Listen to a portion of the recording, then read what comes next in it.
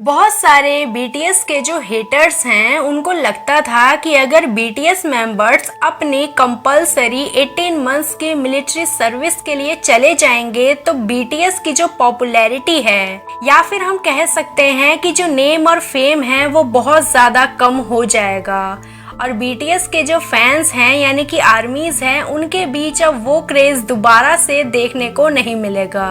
और यही नेगेटिव सोच इन हेटर्स ने फैंस के बीच इतनी ज्यादा फैला दी थी कि जब बीटीएस को ये सब कुछ पता चला तो कुछ टाइम के लिए तो उन्हें भी अपने मिलिट्री वाले डिसीजन पर डाउट हो गया था। लेकिन सच्चाई तो कुछ और ही थी। क्या आपको पता है बीटीएस के सबसे पॉपुलर मेंबर किम तयोंग यानी कि हमारे वी ने कुछ ऐसा कर दिखाया है कि सभी हेटर्स की तो सच में बोलती ही बंद हो गई है। दोस्तों, जैसा कि आपको पता है कि हमारे जो बीटीएस वी हैं वो 2023 से ही सिलीन के ग्लोबल ब्रांड एम्बेसडर हैं और ये सच भी सभी को पता है कि बीटीएस वी के ग्लोबल ब्रांड एम्बेसडर बनने की वजह से सिलीन ब्रांड को कितना ज्यादा फायदा देखने को भी मिला है और इसीलिए सिलीन और भी के पॉप आइडल्स और एक्टर्स को ब्रांड एम्बेसडर बनाता ही रहता है। और इसी लिस्ट में ब्लैकपिंक के लीसा और कोरियन एक्टर पार्क बोगम भी शामिल हैं। दोस्तों, कभी कभी हम किसी की जिंदगी का बस एक पल देख लेते हैं और सोच लेते हैं कि अरे वाह, ये तो कितना लकी है, इसके तो कितना नाम है, लोग दीवाने हैं इसके। लेकिन उस एक पल के लिए, उस जगह तक पहुंचने के लिए उस इंसान ने कितना कुछ झेला होता है ये हम कभी भी पूरी तरह से नहीं जान पाते।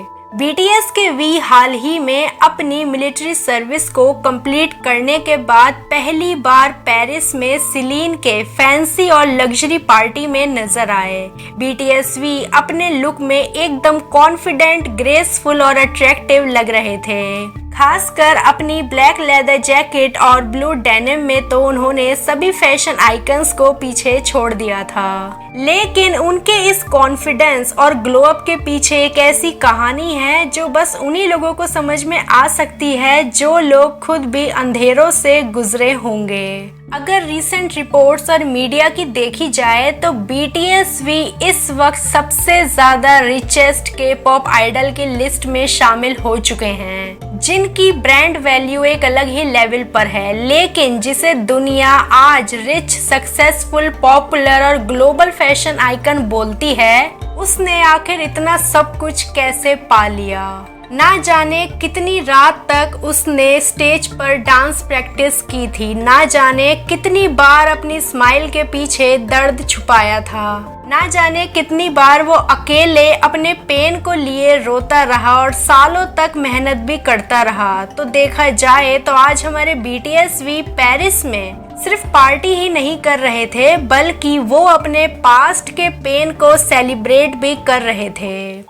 जब बीटीएस वी को पेरिस में सिलीन इवेंट में देखा गया तो फैंस आउट ऑफ कंट्रोल हो गए थे। वी के मैनेजर और बॉडीगार्ड्स के लिए भीड़ को यानी कि फैंस को संभालना मुश्किल हो गया था। वी को देखने के लिए फैंस दूर से लाइन लगा के खड़े थे और बस एक पल के लिए जब वी कार से बाहर निकले तो कैमरे के फ्लैश, म्यूजिक और फैंस के चीयर्स रुकने का नाम ही नहीं ले रहे थे।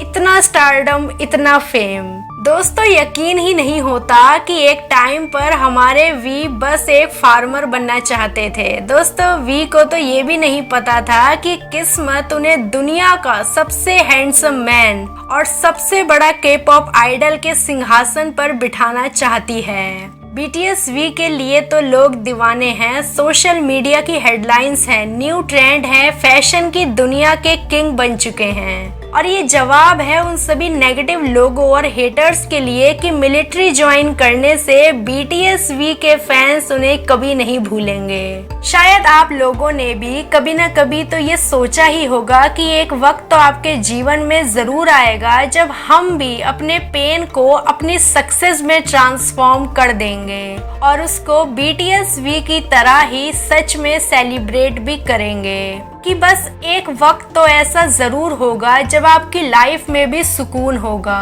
शांति होगी और सक्सेस होगी। जब तुम्हें बार बार खुद को साबित करने की जरूरत नहीं होगी, जब तुम्हें ये महसूस हो सके कि हाँ, जो पेन, जो अकेलापन तुमने झेला है वो अब तुम्हारी सक्सेस में बदल चुका है। क्योंकि उस वक्त तुम्हारी आंखों में दर्द नहीं होगा बल्कि प्राउड मूवमेंट होगा, जब तुम खुद से ये बात कह सकोगे कि ये मुश्किल तो था पर मैंने कर दिखाया। 2013 से डेब्यू करने वाले BTS और आज 2025 में आप खुद देखिए कितनी मेहनत और कितना पेन, लेकिन सब कुछ आज हैप्पीनेस और सक्सेस में ट्रांसफॉर्म हो चुका है। जिस तरह से आज BTS भी पेरिस गए थे अपनी सक्सेस को सेलिब्रेट करने के लिए, मुझे पूरा विश्वास है कि आप भी, यानी कि BTS के फैंस भी एक दिन अपनी सक्सेस को इसी तरह से सेलिब्रेट करोगे। और दोस्तों, ऐसा तभी हो सकता है जब आप भी मेहनत और रिस्पेक्ट दोगे अपने आप को और अपने काम को, बिल्कुल हमारे वी की तरह। दर्द और अकेलापन हर किसी की जिंदगी में आता है। जितने भी लोग कामयाब हुए हैं उन सभी की जिंदगी में दर्द और अकेलापन हमेशा ही कॉमन फैक्टर रहा है। दोस्तों, हमारे जो वी हैं उनके साथ तो ये दोनों चीजें सबसे ज्यादा हुई हैं। क्या आपको पता है, शुरुआती दिनों में तो कंपनी ने BTS वी को एक हिडन मेंबर बना के रखा था। प्रमोशंस तक के लिए वी को नहीं भेजा जाता था। ग्रुप होते हुए भी हमारे वी कितने ज्यादा अकेले ही रहते थे। शुरू में तो फैंस उनको पहचानते ही नहीं थे, यानी कि सब कुछ मेहनत और लगातार मेहनत से ही हो पाया है। दोस्तों, बहुत ज्यादा emotional damage, struggle, self doubt, सब कुछ BTS की जर्नी सच में बहुत ज्यादा पेनफुल रही है। लेकिन जिस तरह से हर अंधेरी रात के बाद सवेरा जरूर आता है, उसी तरह से आज चाहे तुम्हारी मेहनत और दर्द को कोई नहीं देख पा रहा हो, लेकिन मैं वादा करती हूँ तुमसे कि एक दिन ऐसा जरूर आएगा जब सारी दुनिया की नजरें सिर्फ तुम ही पर होंगी। मुझे पता है कि तुम भी हर रोज मेहनत करते हो, कोशिश करते हो और शायद अंदर से टूट भी गए हो, बिखर गए हो, लेकिन रुक जाने से या हार मान लेने से तो कुछ भी सही नहीं होगा।